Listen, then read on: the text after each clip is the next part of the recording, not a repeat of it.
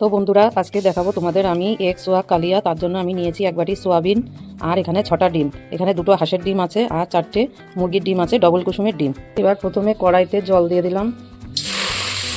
এবার আমি সোয়াবিনটা সেদ্ধ করে নেব। A few inches later. সোয়াবিনটা সেদ্ধ হয়ে গেছে, এবার আমি তুলে নেব।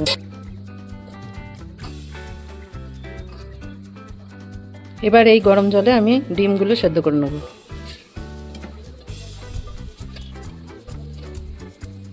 এইবার আমি মশলাটা করে নেব। তার জন্য নিয়েছি আদা, পরিমাণ মতন রসুন, এবার নিচ্ছি অল্প ধনে আর পরিমাণ মতন জিরে, আর নিচ্ছি কিছু লঙ্কা। এবার এই মশলাটা আমি বেটে নেব। ডিম সেদ্ধ হয়ে গেছে, এবার তুলে নিচ্ছি। এবার ডিমের মধ্যে আমি ঠান্ডা জল দিয়ে দিচ্ছি। এবার কড়াইতে তেল দিয়ে দিলাম।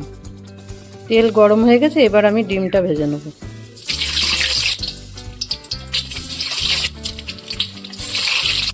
ডিমটা ভাজা হয়ে গেছে, এবার আমি তুলে নিচ্ছি। ডিম তোলা হয়ে গেছে, এবার ওই তেলে আমি আলুগুলো ভেজে নেব। A few minutes later. আলু ভাজা হয়ে গেছে লাল করে, এবার আমি তুলে নেব। এবার এই তেলে আমি সেদ্ধ করা সয়াবিনগুলো ভেজে নেব। সয়াবিন ভাজা হয়ে গেছে, এবার আমি তুলে নিচ্ছি। এবার কড়াইতে তেল দিয়ে দিলাম। এবার ফোড়নে দেবো তেজপাতা আর গোটা গরম মশলা, দেবো জিরে, আর দিয়ে দিচ্ছি পেঁয়াজ কুচি। পেঁয়াজ লাল করে ভাজা হয়ে গেছে, এবার দিয়ে দেবো বেটে রাখা আদা রসুন জিরে ধনে বাটাটা।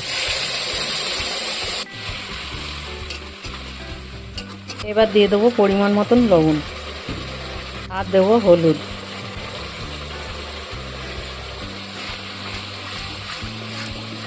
এবার মশলার মধ্যে দিয়ে দেবো টমেটো কুচি।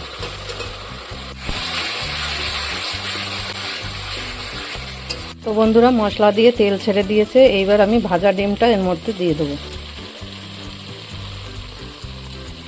আবার আমি ডিমটাকে মশলার মধ্যে একটু উল্টে দেবো। এবার মশলা লাগানো এই ডিমটা আমি আবার তুলে নেব।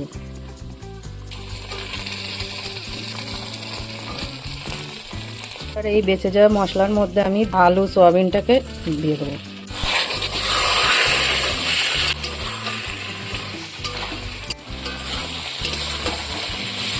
আলু সোয়াবিন কষা হয়ে গেছে, এবার আমি পরিমাণ মতো জল দিয়ে দেবো।